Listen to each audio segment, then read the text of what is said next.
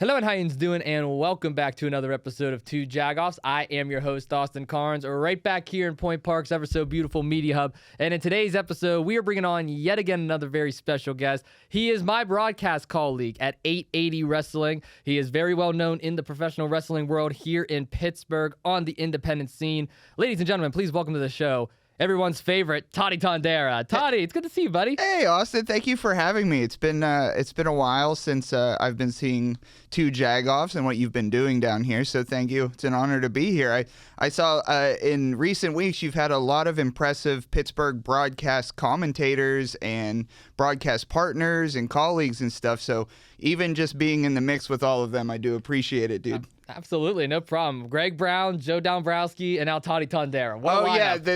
The same Mount Rushmore for sure. Yeah, so yeah, your downloads will go down with me on them. But no, not at all. You're everybody's favorite for a reason. Thank you, buddy. But no, I'm glad that you're here, and I mean, we're definitely going to talk a lot of 880, some professional wrestling and stuff, but I have an interesting question to ask you. What originally even brought you into wrestling? What brought me into wrestling originally, as most anybody in wrestling, everybody grew up enjoying wrestling. So, interesting short story here. So when I was single digits, and some of the people from 880 Wrestling or Enjoy, I've told this before, and there is audio proof of this that I can share with you as well. Okay. So when I'm in my late 30s, and when I was growing up, single digit age, I used to record my voice on cassette tapes, put a microphone in the radio, record songs off the radio, and then do my own intro and outro for that. And then I started to, I worked with my grandfather, and my grandfather would pretend to be a wrestler, and I would be the interviewer, more or less. So there are clips out there of my grandfather being like Yokozuna, Bret Hart, early 90s WWF guys, and I would be like the broadcast commentator or the interview backstage. So I, just much like yourself, from a younger age, single digits age, I always wanted to be a broadcast commentator and not a wrestler. It was never my big interest to be a wrestler. Now, everybody in wrestling thinks about being a wrestler here and there. I understand that. But no, the goal for me was always to do this part of it, even from single digits age. But I'll send you a YouTube link. Okay. I actually got the cassette tapes, and this was years ago too. I got them. I put them on my laptop. I got this converter from Radio Shack, converted all of the old cassette tapes to digital, uploaded them, and they're out there. They're out there. So I could share that with you. But I think 1993 or 1994 was the first time I did that. So I've always kind of wanted to do it for sure. But I've had some opportunities out of state beforehand, but when 880 Wrestling was first created, I was like, okay, this is happening in my city, so I will do that. And I knew MV from the Brooklyn days. So that's why we kind of started out the way we started out. And you are part of 880 Wrestling. You mentioned before you do Enjoy Wrestling, Negative Outlook, Neo Pro. There's a whole laundry list of promotions that you've done work for. Sure. What was that first big break that you really had, though? Well, I could answer that a couple of ways. I think in a big way, I'm still waiting for a major break. I think that's definitely something I would say. But so with 880 Wrestling, much like yourself, we do a weekly show, Thursday Night Fights, 8 p.m. for free, indiewrestling.us. We do that there. So I was getting a lot of reps there, and then actually in the Spring Hill neighborhood of Pittsburgh. Collectively, a lot of the original 880 people and the original Enjoy people, we used to hang out at this place called Spring Hill Brewing. Shout out Greg Man, who comes to the 880 shows. He's in buff shape now, bald guy, glasses, beard. You'd know him to see him, but he's buff. But he ran Spring Hill Brewing. And at the time at Spring Hill Brewing, they did something called Choke Slam. And what Choke Slam was we would all just get together and watch old wrestling. So I got to know the folks at Enjoy Wrestling through that. So I think if you talk about like my first big local break, it would be through Enjoy Wrestling. But I got to know them through that experience there at Spring Hill.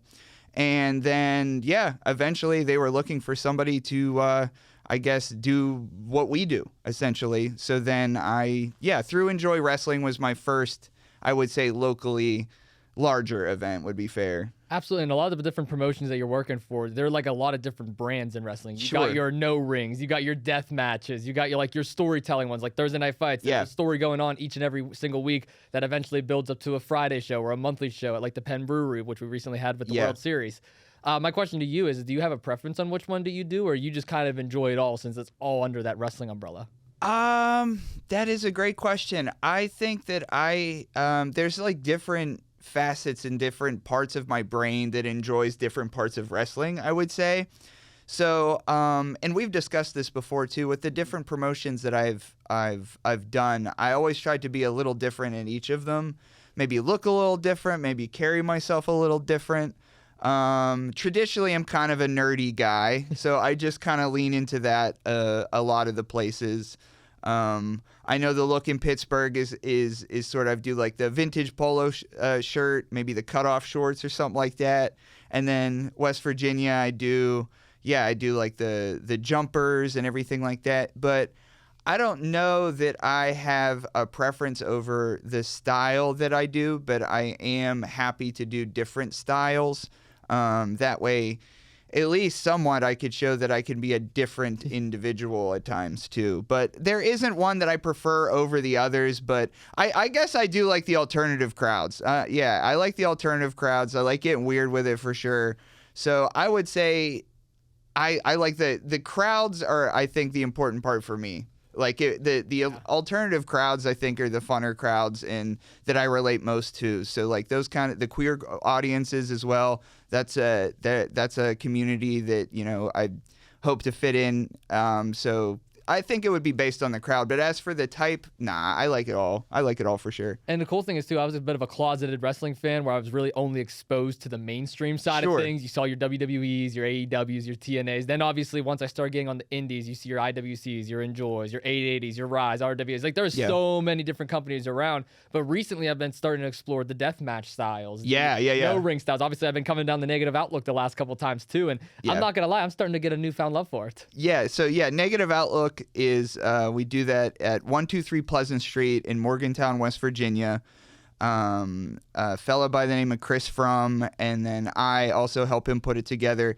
But 123 Pleasant Street is actually a very special venue to me. I don't know if I've told you this before or anything before, but 123 Pleasant Street in Morgantown, West Virginia, it's been around since the Underground Railroad days. Wow. And so a history lesson. and so growing up, I went to a lot of punk shows there. A lot of vendor pop-ups. I used to buy and sell vintage clothing a lot. That's what I used to do full-time before wrestling. And so it's a venue that I always loved going at as, let's just say, a fan. So Chris from books 123 Pleasant Street. Mm-hmm. I met him at a thrift store like years ago. And so when he wanted to put a wrestling product together, he sort of reached out to me and was like, hey, I book at 123 Pleasant Street.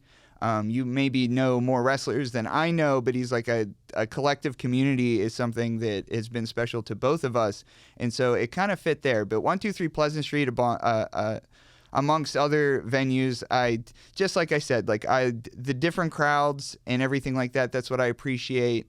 There's been different venues that I've always I want to work that venue. So not really a promotion in mind, but I'm like, if I get to work this venue or that venue, that's some special stuff for me. So 123 Pleasant Street has a special place in my heart. But Negative Outlook, the next show we're doing is November the 15th. Oh, yes. Okay. November the 15th, we will be down there for music, burlesque, and more no-ring action. And I always say from the dirtiest dogs in West Virginia, right? That's the whole deal. We've got some current 880 guys down there, too. Yeah. Some others on the Pittsburgh scene make the trip down. It's pretty cool. Yeah. I have fun down there. It's a good time, and I'll tell you what. I mean, for the people who don't know what it is, you literally just walk in. It's one big row where it kind of splits. There's a crowd on both sides. There's a stage, and then a bar up like an upper level. Yeah, it's sick. It's a nice little venue. Yeah, so if for fans of this show that have been to a traditional, a TV wrestling show or an independent wrestling show, think just that, but the ring is gone. There's no ring. So it's a no ring. It's you just walk and brawl around, and could get pretty hairy too. There's some people bleeding all over the place sometimes. I know the last time at Negative Outlook we had a wrestler by the name of Yo-Ya that came down. Yo-Ya. Yeah, it wasn't much of a fan of our style. He wanted more of a traditional wrestling experience. So he was complaining to the crowd, and the crowd, again, with the dirtiest dogs in West Virginia, the crowd did not like Yo-Ya. Nope. So we just had Blizzy Blake and Felix Cause, two wrestlers that were in a match with him. They threw him in a trash can. So I think that's where trash. just take out the trash there. And so, but yeah, it's a cool experience down there. It's not for Yo-Ya. It's not for some guy named John either. I know that's some guy named John is a dude that we work with weekly that's been on this show before, but he's down at Negative Outlook too, causing trouble. I can't escape him everywhere I go. I know, and you were even nice enough to bring him on your show. Yeah, and he picked on me the whole time. He did. I saw that. You folks saw that, but we have a good relationship in the broadcast commentary team, so we're all on the same page here. We're all on the same page here. Me, you, Eamon, Eamon as well. Team. Yeah, we're all in one big connected whole here. You've called a lot of matches though. You've called a lot of matches at 880. I mean, you got to think about Thursday Night Fights. It's a weekly show, so there's already a couple matches there, plus the Friday shows, plus the other companies that you do. I don't know if you're gonna be able to answer this or not, but I'm curious. Do you have a personal favorite match that you've been a part of, whether you were calling it, ring announcing it, or just maybe behind the scenes? Well, that's it. That behind the scenes, I like that you say that too, because when people see a lot of independent wrestling or even TV wrestling, there are so many positions in wrestling that are behind the scenes. Yep. And there is so many people that it takes to put on a wrestling show. Like a sound team is super important. We work with a good sound team weekly at 880 Wrestling, a good production team. And for folks that maybe aren't wrestlers but fans of wrestling, just know there is so many jobs in wrestling that are behind the scenes. So if you yourself are like, yes, I want to work in wrestling, but I don't necessarily want to be an in-ring worker, there are many ways that you could work in wrestling, and you don't have to be a wrestler. Off the top of my head, I would say some of my favorite matches that I've got to work yet. Just recently, this past summer, Enjoy Wrestling did a Taco Mania. Oh, that was a good one. There is a couple of matches on there that I really appreciated working that were 880 Wrestling adjacent.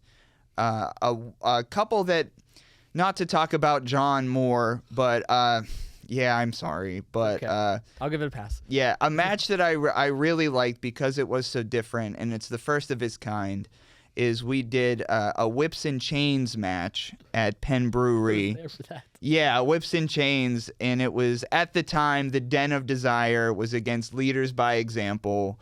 I say at the time because there's certainly been a rift between Blizzy and Blizzy Blake and Marco Narciso. Marco Narciso joining Leaders by Example, but that's a story for another time. But that was a match I really liked.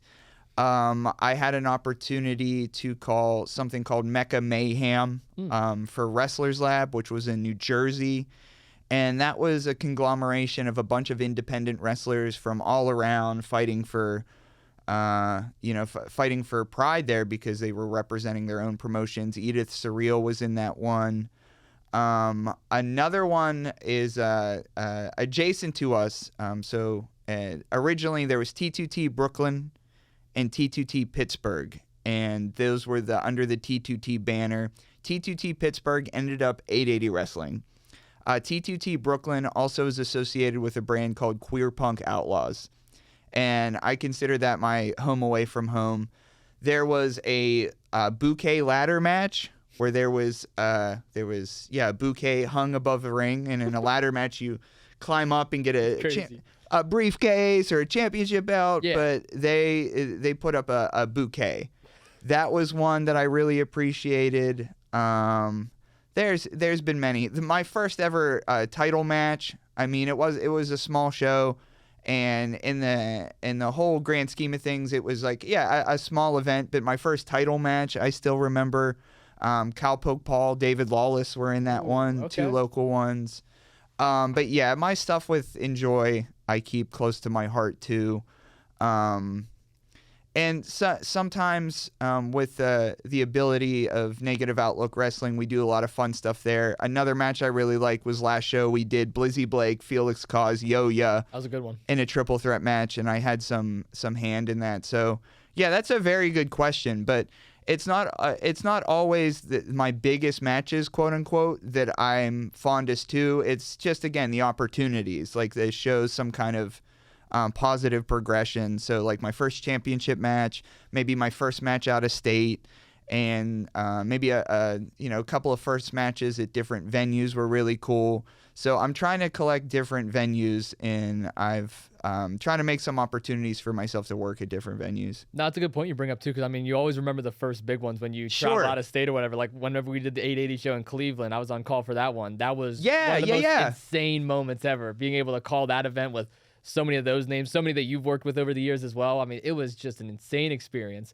And were you gonna say that? Yeah, well, I was going to say in a match that is important to both of us is we called the first ever GCW World Championship match in Pittsburgh. Big match. You did and I did, and so it was Effie and MV Young, and I was so happy to be a part of that. I was so happy to have you. So I would say the first GCW World Championship match in the city of Pittsburgh, we got to call that. That's insane. So again, that's another thing that, championships I look at, venues I look at, but that was a great experience for both of us. It was, and the crazy part about that was too, 2 of my personal favorite matches that I've personally called was the 2 GCW title matches I called. The one in Cleveland with Nick's Wild putting their 880 championship on the line, while Effie was putting his GCW championship on the line, and then the MV and Effie match. Those were 2 of my favorites I called. If I had to give you another one, I'm not going to lie to you, the GME match, GME Nick's Wild, when they defended their 880 title. Okay. That was one of my first matches I called, and I'm still proud of it because I could look back on and say, like, yeah, I made a lot of mistakes in that match. But that was my first real event that I called with you. Yeah. And I've learned so much since then. So I'm proud of that one because you could see I'm kind of stepping out of my shell a little bit. Yeah, and I would say with you, Austin, too, and we've talked about this a lot, too, I think you came in at exactly the right time. Yeah. Because we were having a lot of changes at 880 Wrestling. The microphone adjacent people were kind of moving around here. I was suspended by Reese Hayes. So I wasn't able to call as many of the matches as I was. Sometimes I was banished off the broadcast. And then I guess I had to work my way up. So I did ring announcing for Nick's Wild and Gianni, Michael, and Rico for the 880 championship. So there was a short era there where I was doing a little bit of everything. So you were kind of the rock of the broadcast at that point, and that was also, you kind of got thrown into the deep end because you were just starting with us. You've had some experience, obviously, but you work hard all the time. There's no doubt about that. So yeah, I'm very comfortable with the team we're working with now. I know when you were talking with Mike Sorg over on Wrestling Mayhem show, he was talking about how he likes that we kind of get together and formulate plans, and that's the fun part for me. That's the fun part for me is navigating that, is putting again, it takes a village. It takes a village, and so to work with you and Eamon weekly and kind of collab on what we do. But GCW World Championship match with you and I, that's something that for sure, no matter how old I'm going to be, I could always say that we did that for the first time. And sure, not the biggest show, nothing like that, but we know that was the first one. It was the first one. Hey, no matter if the GCW World Championship is defended somewhere else or whatever, we did the first one. So yeah, it was cool. Everyone always remembers the first 2. And I asked this to Joe, and I figured since we're kind of on this topic now, I want to transition over to that. What was your first impression like of me when I came in the doors? Because I talk about my experience all the time here on this podcast, about the journey, the IWC, the 880, to all the other sports that I call and stuff like that. When I first started there, and this kind of going back to the point you made earlier, I started off doing the groundsman work, pulling cable, running camera, helping Sorg and the team, and then kind of proving yourself, like paying your dues was part of the wrestling business. What was that first impression like? My first impression of you is I had heard that you wanted to jump onto broadcasting commentary. And then there was, I can't even recall which match it was, but you were running camera. and you were new to running camera, in fact. And you had some really great shots in that match. And I think I even came up before we were kind of formally introduced. I think I came up and was like, hey, you had some really good shots in that match. It was just like a random Thursday or something.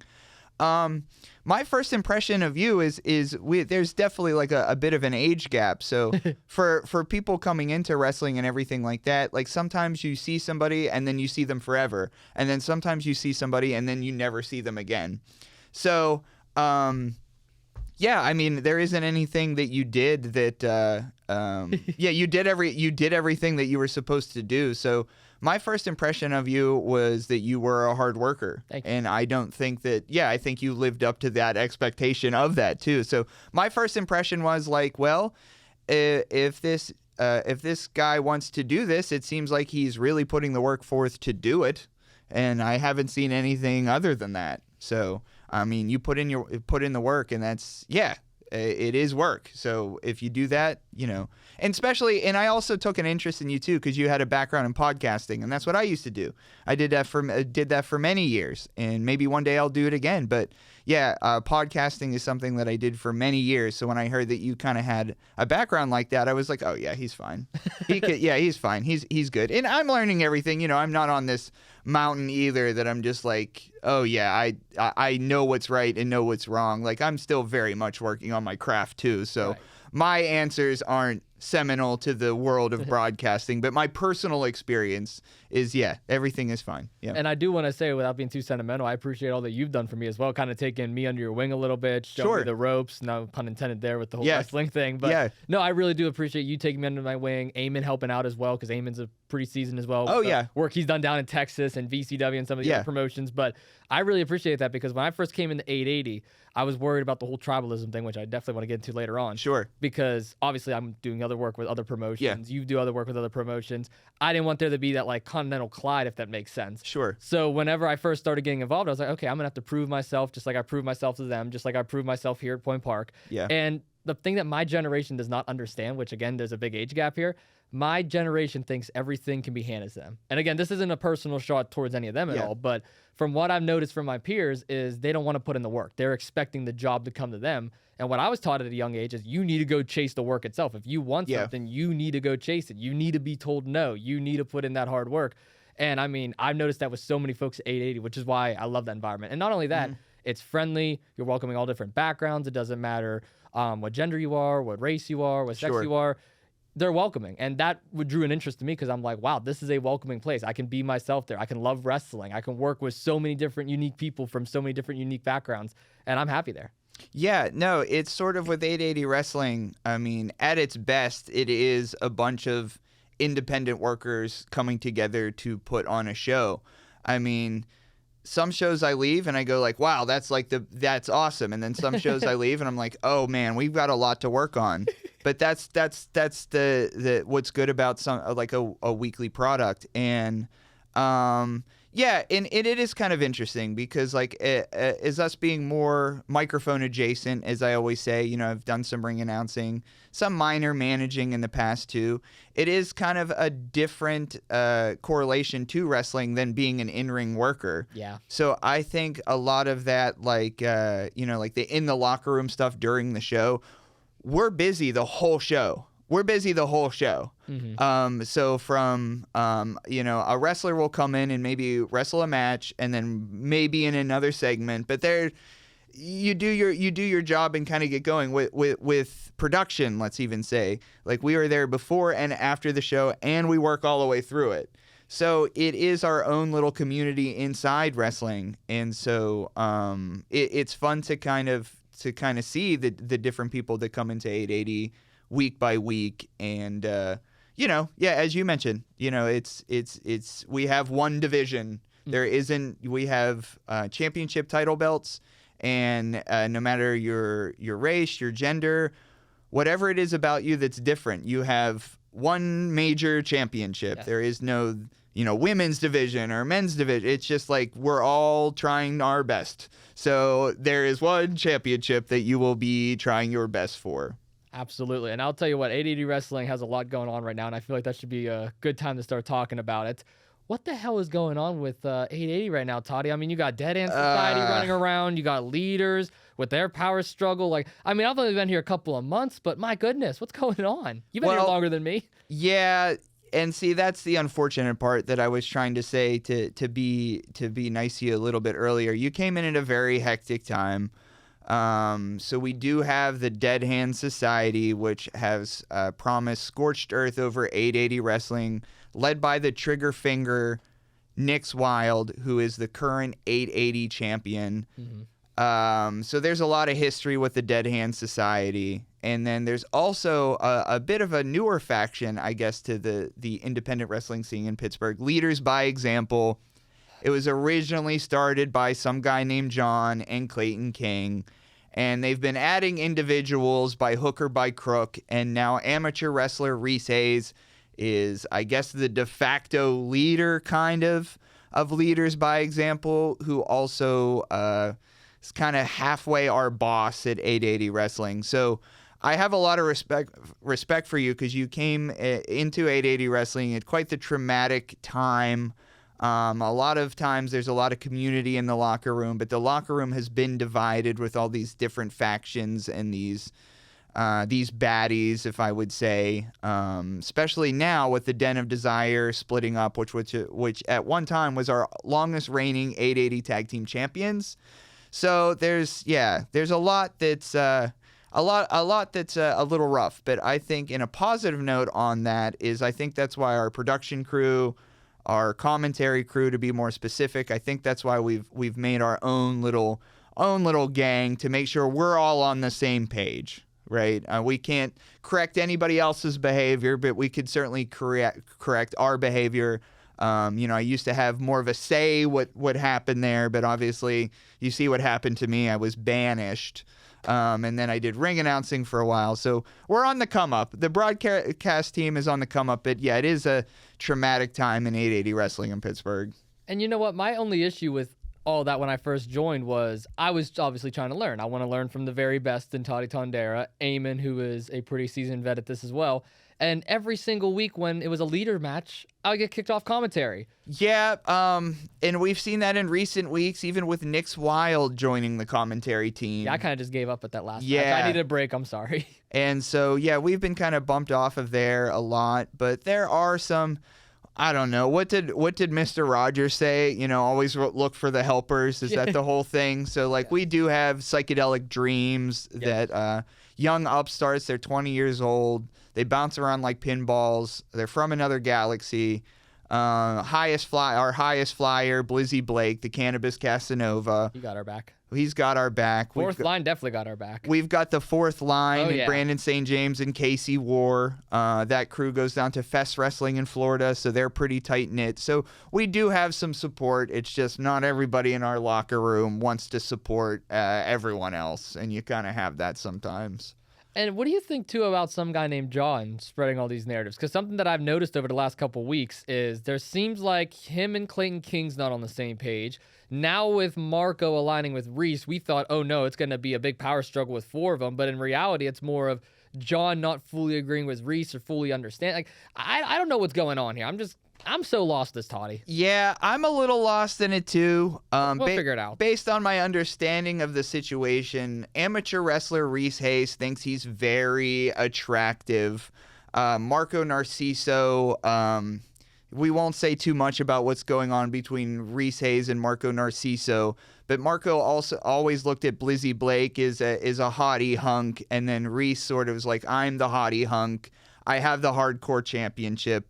Gold digger. Right. You're getting what, and so, so Marco Narciso, despite our love for him, kind of broke our hearts and has joined up with who he feels is hotter than Blizzy Blake, which is really hard to be hotter than Blizzy Blake, and that's why I think Marco has joined Leaders by Example. So really, polyamory is very complicated when it comes to wrestling, so I think that's why a lot of that's going on. But I don't know. I'm not personally in their business, and I don't want to be.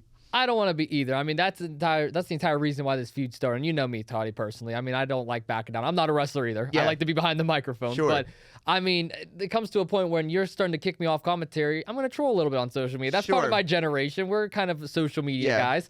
So I went back and forth with them on social media, and it's even got to a point where they've even came up to me and got in my face and stuff. Yeah, it's ridiculous. And I've tried to protect you a little bit from that. Yeah, because like Clayton and John are closer to my age, so it's and it is interesting that some guy named John called us virgins, which is neither here nor there, but I think he's a little jealous of what's going on between Reese and Marco, if you want my opinion. I feel like that's the reason why he said that too. So let's see how that all pans out. We just did the 880 World Series coming up here the night before Thanksgiving. We have a big show. The night before Thanksgiving show is usually our big show of the year, and this will be the first year that you will be a part of that. It will be. So hopefully there's a bit different of an atmosphere. We have people traveling in for that one, so there will be a lot of traveling in folks. Effie being one of them. Oh. So I don't know if that's a spoiler or if that's going to be out there, but Effie will be a part of our Thanksgiving Eve show. Okay. So he will be there. But we always like having Effie because not only is he, a lot of people call him Uncle Effie.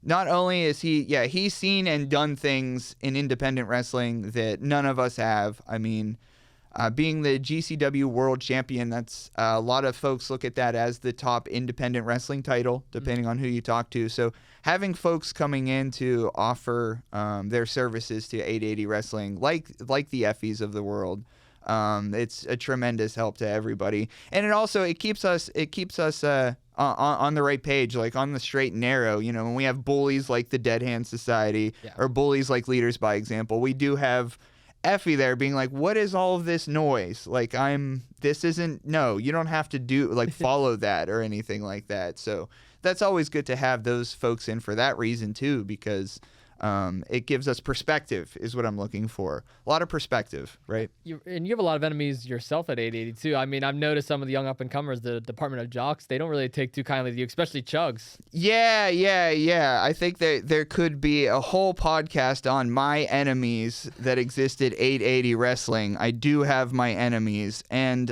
Department of Jocks is a younger faction that's been forming at 880 Wrestling. Big Jim Fridge, Dev Swayze, Chug. 6'2", by the way. Yeah, 6'7". 6'7", yeah. I don't really know.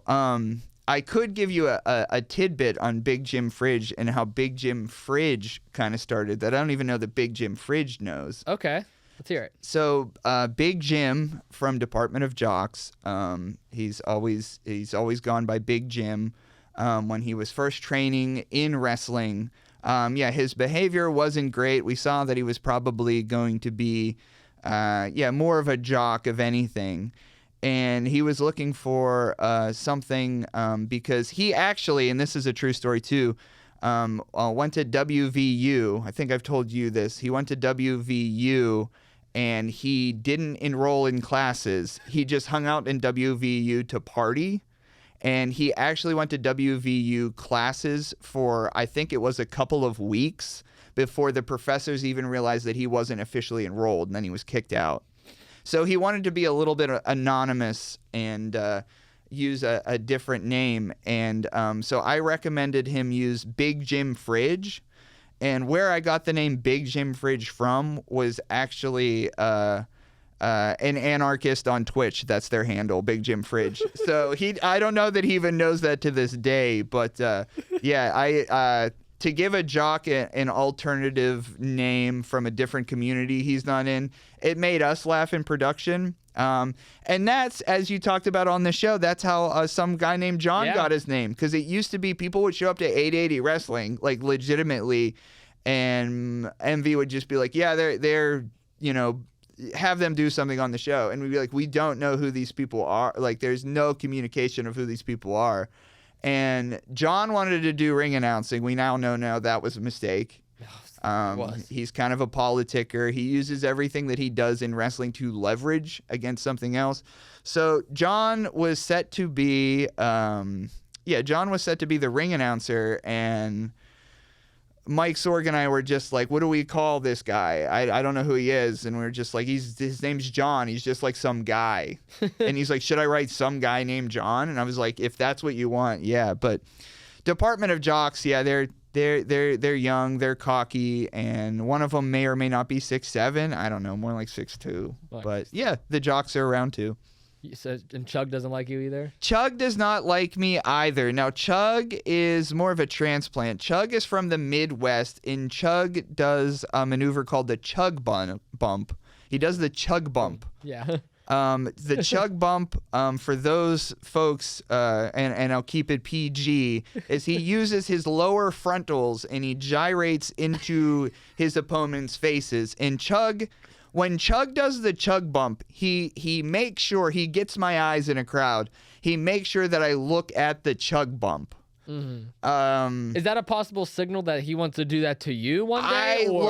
I'm not quite certain why he does it. I mean, he treats me pretty unfairly, and but usually when men want me to look at their Chug bump, I think you're on the terms of what I think I'm getting from Chug. It's just he just may not know that yet, right? So, Chug is someone that does want you to look at his bump. That is true. Speaking of bumps, you ever have to take a bump in the wrestling?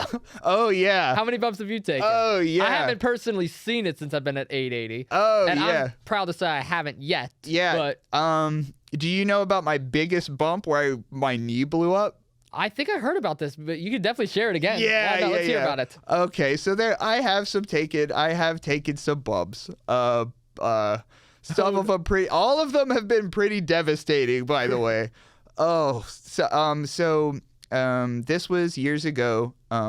Speaking of no ring, 880 Wrestling used to do some no rings.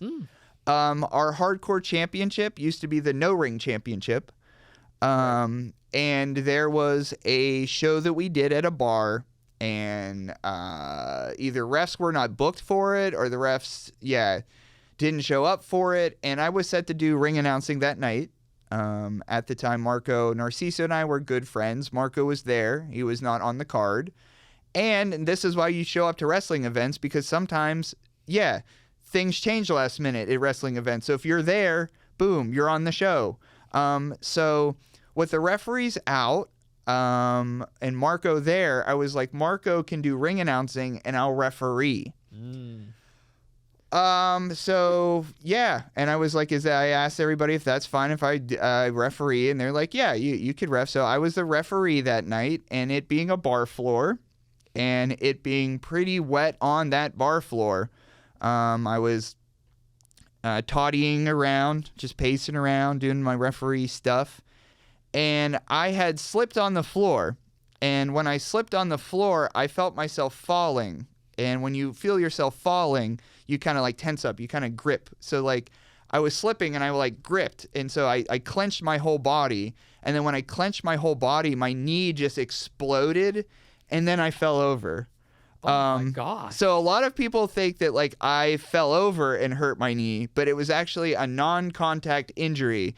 I was slipping on the floor. I caught myself, and in catching myself, my knee exploded and I simply just fell over. So my left knee went 1.5 inches up into my leg, and my patella tendon snapped. All from a what, bar floor? All from, just slipping and not even fall. Like I was not injured by the fall itself. I was injured non-contact. I slipped on the floor, clenched, and my knee exploded, and then I fell over. I was in a lot of pain, but sometimes in wrestling, you're in a lot of pain, and I know this, and then you end up being fine. Other times you're not in pain at all and then end up being something wrong. So I knew that I hurt myself, but I didn't know how bad or much or whatever. There was no other referee, so I just did that whole show just like that. By the end of the show, you were able to still stand?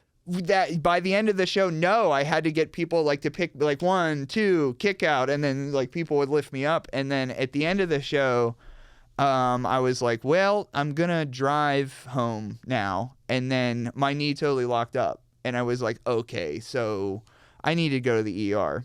And so I went to the ER that night. And the bummer of that is emergency surgery, I guess, these days, it's just like if it's not life-threatening, it's not an emergency. So they booked me out like 10 or 11 days later to get the surgery. So I legitimately had my kneecap 1.5 inches up into my leg for like 10 or 11 days on the couch. Holy hell. Oh my God. And that Damn. that little snake, some guy named John, he was running sound that night. Yeah. And that was his first night. I mean, he had been training, but his first night on staff was the night that my knee blew up. And at the time, I was still doing buying and selling vintage clothing. So John was like, I will help you ship out your packages. So I was like, I like this guy, John. Some guy named John is actually cool. He's helping me. But as we know now, that's why he was trying to get himself in, right? Wow. What a snake. Yeah, see, when you tried to get yourself into wrestling, you were like, I will work hard. I will do the camera. I will do this. He was just trying to... Bob and weave his way through. Yeah, weave his way through it. So, but the first night that some guy named John worked for 880 Wrestling was the night that I blew out my knee. And so when you say biggest bump, there's been some bad ones, but that one, yeah, it still affects me to this day. Holy hell. Yeah. Have you had to ever be like an active competitor in a match at all, like a special guest appearance, whatever? Because we've seen that in wrestling a lot, where a commentator or a manager has to get involved, or a ring announcer. Yeah, I've been bopped by a couple of wrestlers for sure. I've been knocked down by a couple of wrestlers before. But ever picked up and slammed, or? Oh no, I haven't been picked up and slammed. I mean, we're both kind of little smaller people, skinnier people. On the skinnier side, yeah. So people just bowled me over. I've got hit across the back with a couple of things in my day. But yeah, I haven't had a wrestling move performed on me before. But yeah, Probably a good thing, actually. Yeah, that's a good thing too. But yeah, I'm still coming back. I think my last surgery was either this past December or December before that. But I was in physical therapy for a while. Wow. I'm still in and out. So how's the knee holding up now? I mean, it's holding up a lot better. I had a cage on my leg for a while. Oof. Oh yeah, there was a winter that I looked like a bionicle person. Because I couldn't have like jeans on like I'm wearing now. It hurt to have jeans on my knee and then a brace. So what I did is I had one pant leg fully down and then I cut off the other pant leg. And so it was like short shorts on one side, denim on the other, and the short shorts leg had a cage on it. So the cage looks like it was coming through the short shorts. So it looks like I had a robot leg. And I'll send you pics of that. But yeah, so there was a time at 880 Wrestling where I just had a robot leg. So you met me actually at a time where I'm like starting to bounce back, but I'm still in pain all the time. It feels like there's gravel in my knee. So I think we've been on some shows where sometimes I will like almost just fall over for some reason. That's why. My knee just gives out sometimes and I'll just fall over. And we know 880 Wrestling, you stand when you're at commentary. Yeah, so did you have to like sit it all at any point, or you just standing there suffering the whole time? Standing there, but it's also an interesting thing too is sometimes, like a lot of the times, standing is better. That's true. Because the muscles are straightened out, sort of. A lot of the times when I sit down for a long period of time and then get to stand up, my knee is like completely locked up. Yeah. So standing is better these days to do that.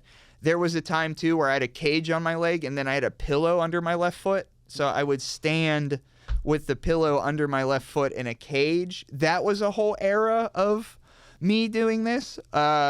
But no, standing actually helps, and it helps. Standing while doing commentary is actually for me a lot easier. I have ADHD pretty severely, so the more I'm engaged, the more I'm engaged, sort of. So if I'm standing, or like if I go see a movie, I try to sit very close. Like I can't, or if I go to a concert, I try to go very close because if I'm out somewhere, I just get way foggy. So standing actually helps for multiple reasons. It's like the McAfee strategy, because you see McAfee do it all the time on his show at WWE. He's always standing. He's always getting involved in it. Yeah. And I mean, I'm not going to lie. Me sitting here right now is already bad enough. I want to stand up. I want to talk. I want to be able to move around a little bit. When I did IWC, they have like their own chairs too. So like I would stand up and kind of be like off the side of the table just to call the match a little bit, just because that's more my style now too. I've kind of adopted that from 880 from standing. Because at first I'm like, oh, you're standing for like 4 hours or whatever.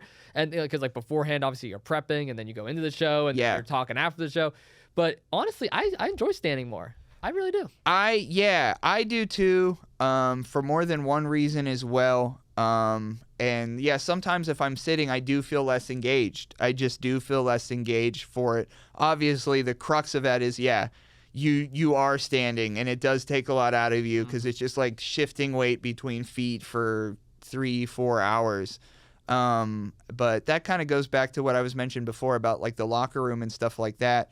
A lot of the time people have a wrestling match, and that's way more physical than what we're doing, obviously. Yep. But then they could go back and they could just like sit down. Like we're grinding it out. We're standing there. And I have a lot of tension. I get nervous. I get stressed sometimes. And I have a lot of tensions in my chest. And it's just, I keep that the whole time. It's almost like I lock in a specific way. And I'm like standing and doing that. And as soon as the final bell rings, I'm like, oh, okay. I could relax now. I could settle down, and then I go back to the locker room a lot of the times at 880, and I'm like, oh, people have been chilled out now for an hour. They're like they're just chilling, which is cool too. But I'm just like, I just finally like was like, okay, pressure is off finally, which I'm sure you've dealt with too. It's just like you kind of lock in the whole time. You're locked in. You're in the zone. You're in your own mind. And what I love about 880 wrestling too is the atmosphere. I mean, you talk about a skateboard shop that's turned into like a wrestling venue, and you can correct me if I'm wrong on this because you've done this a lot longer. The Southside location wasn't even the first location for 880. It was over in New Kensington. Yeah. And I remember going there just as a fan 1 or 2 times with my buddy Kevin. You know Kevin pretty well. Mm-hmm. Screw that guy. Screw Kevin. I do know him. He has a mustache, and I'm afraid eventually he will be a leader by example. That's why, low-key, I don't know where I am with Kevin. Oh, my gosh. I think you're breaking down a whole... I think you might be right. Yeah, not to interrupt you, but when I saw the mustache and him hanging around 880, I don't know, man. You know what? I did see him talking to John when I left last time after our meeting. Is he plotting? I mean, he's your friend. I don't know, but not to interrupt you, but it's something that I always think about. Yeah. Well, anyway, let's forget about Kevin. The New Kensington location I always thought was so unique because it was like a little more wider. It's like it's nowhere near around here. It's like a little bit of a drive out there. And then when you guys came to the South Side, I didn't even realize it was the same promotion at first. Yeah. So I saw a Facebook post from MV because I've been a big fan of MV for years, and I was like, wait a minute, this is 880 wrestling. I got to go back to this and see it. What can fans expect coming to it? Because I go to Point Park University. There's Duquesne. There's Pitt. There's a lot of campuses around here, and something that I try and tell people all the time is, hey, there's a free show every Thursday where there's a bunch of guys beating each other's asses. You got to come down and see this. Yeah. So 880 Wrestling started in New Kensington. That's correct. We called it Dottie Block. TR, if you know TR, he's the boss of the street. He hangs out outside our venues. Growing up, he was a big part of the DIY punk scene. He booked for a place called Scumbags, which was like a hardcore punk venue. And so TR was a New Ken native. And so when we were first putting getting our ducks in a row, we would have wrestling shows at the brewery out in New Kensington. Mm-hmm. And then that was before 880 Wrestling. We were just wrestling. Was this the brewery that Takamania was at the one time, or is this a different brewery? This is a brewery in New Kensington, a different brewery. Okay. Yeah, it was down the street from. It was on the same block. Okay. Yeah. And so we would had these brewery shows, and then a place opened right there on 5th Avenue, 880 5th Avenue. So we were like, we'll call this 880 Wrestling, run out of this building. And so there was like a foxhole, which I called it. There was like a crow's nest where we did broadcast commentary. What somebody could expect from an 880 wrestling show, if you've seen TV wrestling and understand TV wrestling, forget all of that. Forget all of that. It's not that. It's a different product. And actually coming up here, we might actually be moving to our 3rd venue coming up. But what could somebody expect? I mean, just like you said, Austin, it's a different experience. Thursday nights, 8 p.m. for free. Right now, we're at 1010 Freyberg Street in the South Side. It's a lot of community there. It's a lot of community. And you don't have to be like a hardcore wrestling fan to enjoy 880 Wrestling.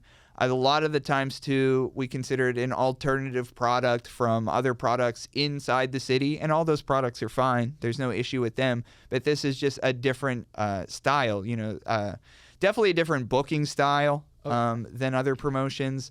But I think that folks, if you come to 880 Wrestling, it's it's very DIY. It's very do-it-yourself. And I think folks need to know that coming to 880 Wrestling, that each and every individual performer that works for 880 Wrestling, whether it be an in-ring wrestler or somebody through broadcast commentary, we put that together ourselves. There's not a lot of overhead. So they put everything together themselves. We put together everything ourselves. So it's a product that it has a lot to do with performers. And if you can, it's almost like Saturday Night Live. It's almost like an open call deal.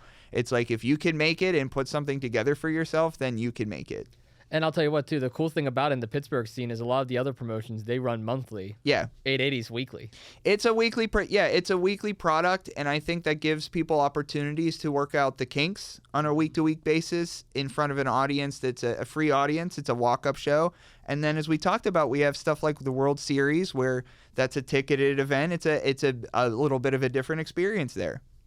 No, it's definitely a great experience, too. And I'll tell you what, too, some of the wrestlers, like, they must rack up, like, hundreds of matches already just by doing these Thursday shows. Yeah. I can only imagine, like, what some of those records look like already. Yeah. I mean, amateur wrestler Reese Hayes, I think right now, he has, what he does is he keeps track of all that. And I think he's something like 80 wins, 88 losses or something like that. And that's just from what he's keeping track of. But you talked about before, like calling different matches. I mean, there's been weeks at 880 Wrestling where it's a Thursday night show and there's 6 or 7 matches there. The next night is a big Friday show we do, and there's 7 or 8 matches. There's been times where I've called 20, 25 matches in a week for 880 Wrestling. Wow. I don't do as much as those as I used to, but when we were up in New Ken and the audiences we had then were bigger, and so there would be sometimes 2-3 shows and stuff like that. So learning on the fly, much like you've had to do and you've succeeded doing, is so a lot of the times we would call just multiple matches, multiple days in a row, and then after a big long weekend, it would just be like my voice would be done. But I can imagine. It's so a good opportunity for reps, though, too, which is, It's a great opportunity for reps, and it's great now that 880 Wrestling is in better hands because we have such a good crew. So if there's for any reason why that I think, a spot that would work better for somebody else, or example being when 880 Wrestling hit Cleveland, you were the lone commentator on that show, which was great because it gave you the opportunity to do that. Because when 880 Wrestling first started, I was the lone commentator. Mm-hmm. So I did so many matches by myself. And I think that's why that was a good opportunity for you in Cleveland because, that's exactly how I used to do it. So, yeah, and it was a great opportunity. I learned a lot from that, too. Now, speaking of sports in general, obviously professional wrestling is both of our go-tos, especially on the independent scene. I know you're a bit of an NFL fan, too, off this side. Do you mind speaking on some of your favorite sports? Like, what is all the other sports that you are into, that you pay attention to? Okay, yeah, for sure.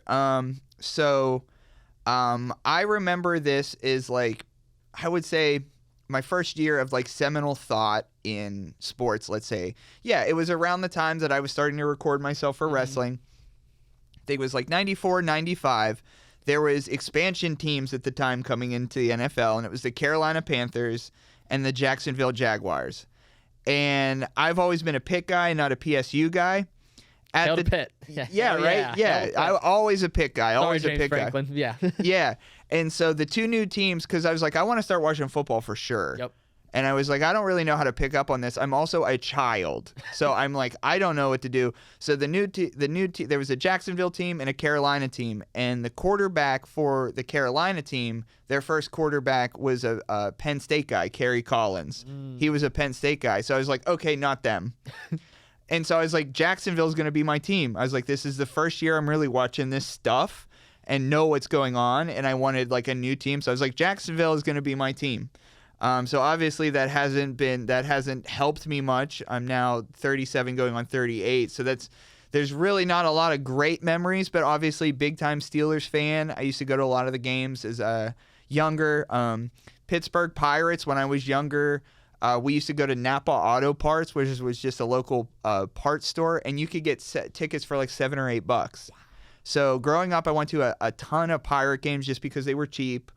And then, Steeler games, Jacksonville. So those would be the top three that I would follow to this day. Would be the Steelers, Jags, and Pirates, I would say. I did play basketball for 10 years, but I was just a kid. I was like, this was like grade school to high school. But I did play basketball for 10 years. Basketball is my favorite to play. Football is my favorite to watch. I don't really play much of anything these days because I'm still kind of injured. So, but one of these days I'm going to run again, and I'm not going to look like sometimes when I hobble around, and I see a video of me hobbling around, I'm just like, oh man, I know that one of these days I'll get better. But no, I used to love playing basketball though. Playing basketball, I got to do some like 880 pickup games one day. Before injury, I have always said that MTV used to do this thing called Rock and Jock, where it used to be like C-level celebrities, B-level athletes, and they used to have teams and stuff. And so like these athletes and these celebrities would have like softball games, and it'd be on MTV. And I always wanted to do like 880 wrestling Rock and Jock, where it's just like two teams, the goodies and the baddies. And so there was actually some thought to do that. But I would love to do an 880 wrestling baseball league or a football game or something. Yeah. Dude, draft for a little basketball teams. Me and you, Team Toddy versus Team Austin. Yeah, look, we'll draft. We have the whole 880 roster ourselves. I could see that. I could be a steady QB. Okay. I could throw a ball still, for sure. I'm still in my youth. I could probably. Oh I've done yeah. some sports. Make some things happen. Oh yeah. We just need to make sure that. Could you imagine our senior official George Ross being the senior official of? Poor George already deals with enough. Yeah, poor George. But I could see him being a football official, holding offense, I could see him doing all that. I could definitely see him doing that. So did you ever like fall in love with any major basketball teams, or was it always just more playing it rather than watching it? Well, not really, because Pittsburgh hasn't had a basketball team. Now, if there was a basketball team here, maybe it would for sure be. So no hockey then either, even though there's depends here. Some hockey, yeah. I would say that would be like the fourth team I would follow. I mean, I remember growing up too that when we beat the Red Wings, that was a huge day when we got the cup for the Red Wings. I was grew up in McKeesport, PA, which is the same town that Lee Moriarty grew up in. Wow. So that's the only person who's really ever come out of is Lee Moriarty. But I remember when the Penguins won and beat the Detroit Red Wings in the Stanley Cup Finals, and me and my buddies were watching that, and we ran outside and we just like tore up a whole alleyway, just throwing garbage cans around like a bunch of jerks and stuff like that. But we were so excited because at that time, we had been, that was like the Malkin and Crosby were at their peak. Yep. I mean, they're still great even after years, but I remember all that. Remember the Steelers Super Bowls, stuff like that. But I would say Steelers, Jags, Pirates, Pens would probably be the order of who I follow. Okay. And I also followed the Pittsburgh Power when the Pittsburgh Power arena football team was here. Oh, okay. I had season tickets. Season tickets to the Pittsburgh Power, and man, nobody else did. So I would go to Pittsburgh Power games by myself. And so that's... Why not? I know people that go to Riverhounds games by themselves. Yeah, I mean, I don't know. I always kind of keep to myself. So even then, I was just like, I could do this by myself. Why not? I don't know. Hey, you got the Jags and the Steelers. They're not having bad seasons right now. They're not. No. Jags beat the Chiefs. That's a big win. Yeah. I thought of you as soon as they beat the Chiefs. I was like, oh, I bet Toddy's celebrating somewhere, because my dad's a Chiefs fan. So I saw how depressed he was, and I'm like, is anybody even happy about this? I'm like, I know somebody. Toddy is. I don't want to bring this up because unfortunately your Cardinals did not win this, but I will bring this up. So I was doing broadcast commentary this past weekend at Naptown All-Pro in Indianapolis. Yep. And I was telling all those folks, I've never been to Indianapolis when the Colts were above 500. Never have been. So I was eager to see like what the vibe, what the buzz was in Indianapolis. And Naptown is a place I love doing work for. That's another inclusive company that I really appreciate what I do for them. Shout out to Just Jay, who's the commentator I'm usually with. Percy Davis, shout out Percy Davis. That's their main commentator as well. But the venue for Naptown All-Pro was at Upland Brewing. And how it was set up is there was TVs everywhere. So I could see a distant TV from my commentary table, and I was seeing the Cards and the Colts go back and forth, and every time the Colts would do something, I couldn't hear them because it was a bit, but I would see the Colts fans like, ah, and then every time the Cards would do something, yeah. And I was going to text you that because it looked like for a second that they were going to win. So if they won, I was going to be like, buddy, I just did a wrestling show while the Cardinals won. And I saw Jacoby Brissett was in for a bit for the Cards. But no, unfortunately, the Colts beat the Cardinals. But yeah, I was like, as if we were the commentary team. The ring would be like where kind of the camera was. Okay. And then maybe like 30 or 40 feet behind that was a bar, and the TV was faced to me. So I was like, oh, I can watch this, and do this. And there was also a baby on commentary for a little bit too. Baby? Yeah. Like a whole, okay. Yeah. So I had a baby experience because there was a baby that the other commentator was holding that would chime in for a second too. So someone younger than you is out there getting their reps now, so you better watch out. So what you're telling me is you're calling a match with a baby while I'm at home depressed watching my team lose. Yes, crying like a baby. I'm crying like a baby while you're calling a match. Yeah, but I was if the Cardinals ended up winning that, I was gonna give you a text, the whole thing, like, dude, I watched this whole thing during the wrestling show, but I didn't because they didn't win. So I was like, I was on commentary with a baby and I saw your team won. Yeah, no, that was exactly like I was gonna be like, me and a baby just saw the Cardinals rock the Colts at Naptown All Pro, but unfortunately I couldn't send that text. No, I mean, in all fairness, Cardinals did lose their starting quarterback, they did, running back, tackle, but that's okay. We're fine. Yeah, we suck. Kyler Murray, for some reason, maybe his movements or maybe even his height a little bit,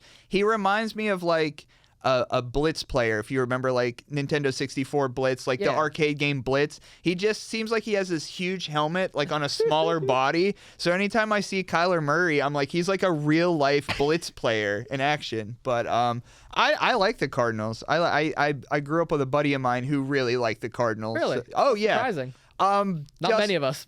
Well, no, there's not many Jags fans either. Even in like Duval County, there isn't many. No. But yeah, I had a buddy that I grew up with that really liked the Cards just because he did. There wasn't any particular. You know why I like the Cardinals, right? Why do you like the Cardinals? Larry Fitzgerald. Oh yeah, okay. Because I'm a big Pitt guy. I've seen tickets for Pitts. So when I saw Larry Fitzgerald, obviously I was too young to see Larry Fitzgerald because he was drafted in 04. I was born in 03. Yeah. So we used to see the pierogi races all the time down at the Pitt game. Yeah. And they had Larry, they had Dorsett, they had Marino, and I always chose Larry in those races. And they would show all of his highlights. And my dad's like, you know, he plays in the NFL, right? He's on the Cardinals. Yeah. First year watching the Cardinals, what happens? They lose in the Super Bowl to the Pittsburgh Steelers. Oh, yeah, unfortunately. So I have a very strong hate for the Steelers now because of that Super Bowl and the way that they won that Super Bowl. Yeah, unfortunately, that was a good time for me, seeing the Steelers beat the Cards there. Santonio Holmes back in the end zone.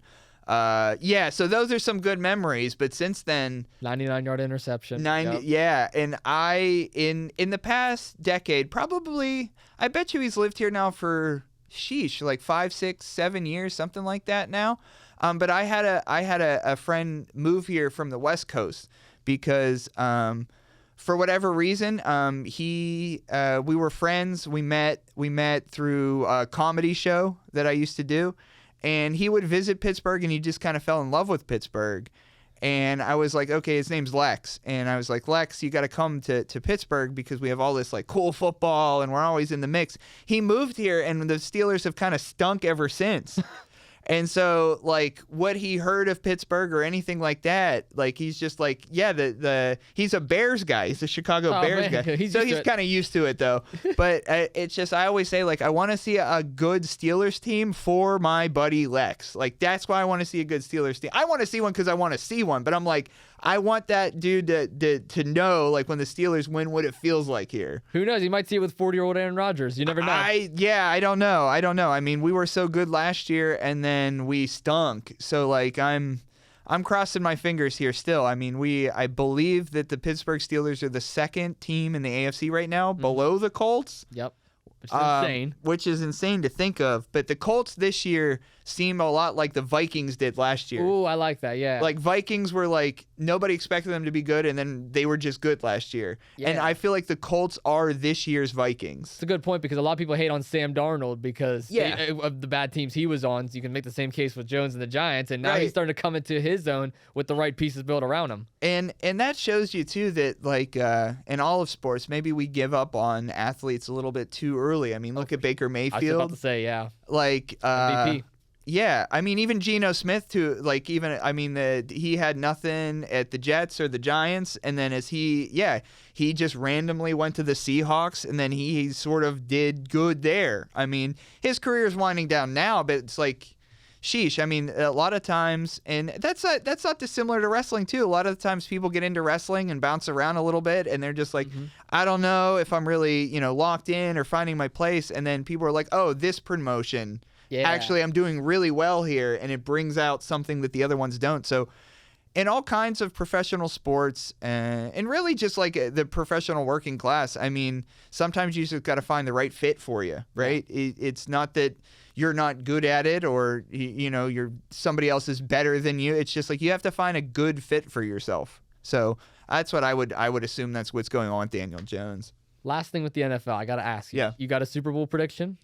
Oh, a Super Bowl prediction. Who you got in it? Who you got winning it? I would say Chiefs and Lions. Ooh, okay. Rematch. I mean, yeah, I would say Chiefs and Lions, and I would probably say this time through the Lions are going to win it.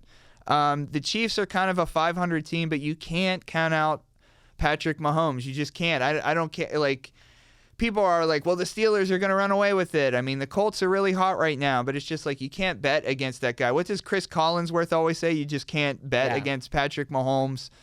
Chris Collinsworth, growing up, he was also a Cincinnati Bengals receiver. So when I was younger, when we talk about like the 90s and stuff, Chris Collinsworth, that's when he was first getting a lot of his shots in NFL broadcast commentary. And Chris Collinsworth used to talk so much crap on the Steelers as I was growing up. So I have a hatred for him even now. But it seems like a fine person or whatever, but it's just like when I see Chris Collinsworth on a game, I remember that he used to dog the Steelers. The inner Bengals coming out of him. Yeah, like he used to dog the Steelers. But no, I think I got Chiefs and Lions winning this time. I like that. Going into the year, I think I said Ravens Eagles, and then obviously, I mean, you're seeing what's happening now. Yeah, the bad. Ravens are crazy. Yeah, a 1-5 Ravens team is pretty crazy overall. Yeah, I'm still scared to play them, but that's just because the AFC North stuff. AFC North games are always close, no matter who stink. Like, even when the Steelers stink and they're playing a good Ravens team, I'm always like, we still got a chance. Still got a chance, yeah. AFC North football. AFC North. And we say that a lot at 880 Wrestling, too, because a lot of our venues at 880, we either do it outside or we have a garage door. And I'm always like, it's muggy, it's hot, or it's like stormy, it's raining. I like to bring the weather into 880 Wrestling a lot. So at 880 Wrestling, a lot of the time we see AFC North football weather. So that's why we always say that, obviously, because it's just, dirty and dingy and just you got to grind it out. Got to grind it out. I have one last final question for you, Toddy, and I do appreciate you so much for taking the time to come on here. And you've listened to the podcast, so you probably have an idea of what I'm about to ask you for our final question. Give me it, baby. What's the go-to restaurant? It's the favorite place to grab a meal. I'm a big foodie on the podcast. Outside of wrestling and sports, that's my go-to. I've asked every single guest that we've had on.